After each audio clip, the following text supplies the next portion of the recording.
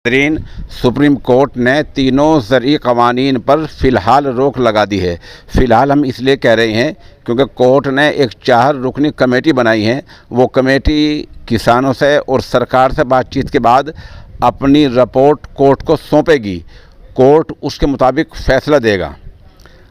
Court ने कानून को हैंडल किया है, कुछ मुद्दत के लिए रोका है, मुकम्मल तौर पर रद्द नहीं किया है। तो बहरहाल सुप्रीम कोर्ट ने तीनों ज़रई क़वानीन पर फ़िलहाल रोक लगा दी है। ये जो कृषि कानून बने थे, तीनों पर आर्जी रोक लगा दी है। अदालत ने इस मामले को लेकर 4 रुकनी कमेटी भी बनाई है, जिसमें जितेंद्र सिंह मान भारतीय किसान यूनियन से, उधर डॉक्टर प्रमोद जोशी और अशोक गुलाटी। कहा जा रहा है कि डॉक्टर प्रमोद जोशी और अशोक गुलाटी ये दोनों ज़रई माहिर हैं, इन्हीं कृषि विशेषज्ञ हैं।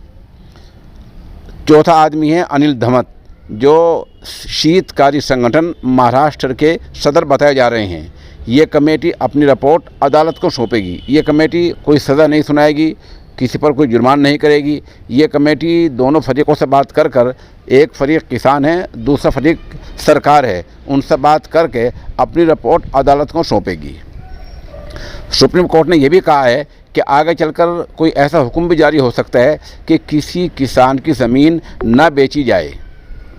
उधर सरकारी वकील ने आज फिर ये कहा कि इस धरने में एहतजाज में एक ममनुआ तंजीम शामिल हो चुकी है, जबकि किसानों ने इसका इनकार किया है। बहरहाल तीनों ज़रई क़वानीन पर फ़िलहाल सुप्रीम कोर्ट ने रोक लगा दी है और 4 रुकनी कमेटी बनाई है।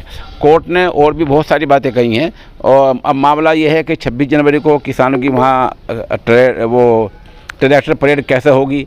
उधर किसानों ने ये भी कहा है कि हमें एक एहतजाज के लिए अच्छी जगह मिलनी चाहिए, जिसमें किसानों ने बोट क्लब या रामलीला मैदान का नाम लिया है। इसके लिए सुप्रीम कोर्ट ने कहा है कि इस काम के लिए दिल्ली के कमिश्नर से इजाज़त की दरख्वास्त दी जा सकती है।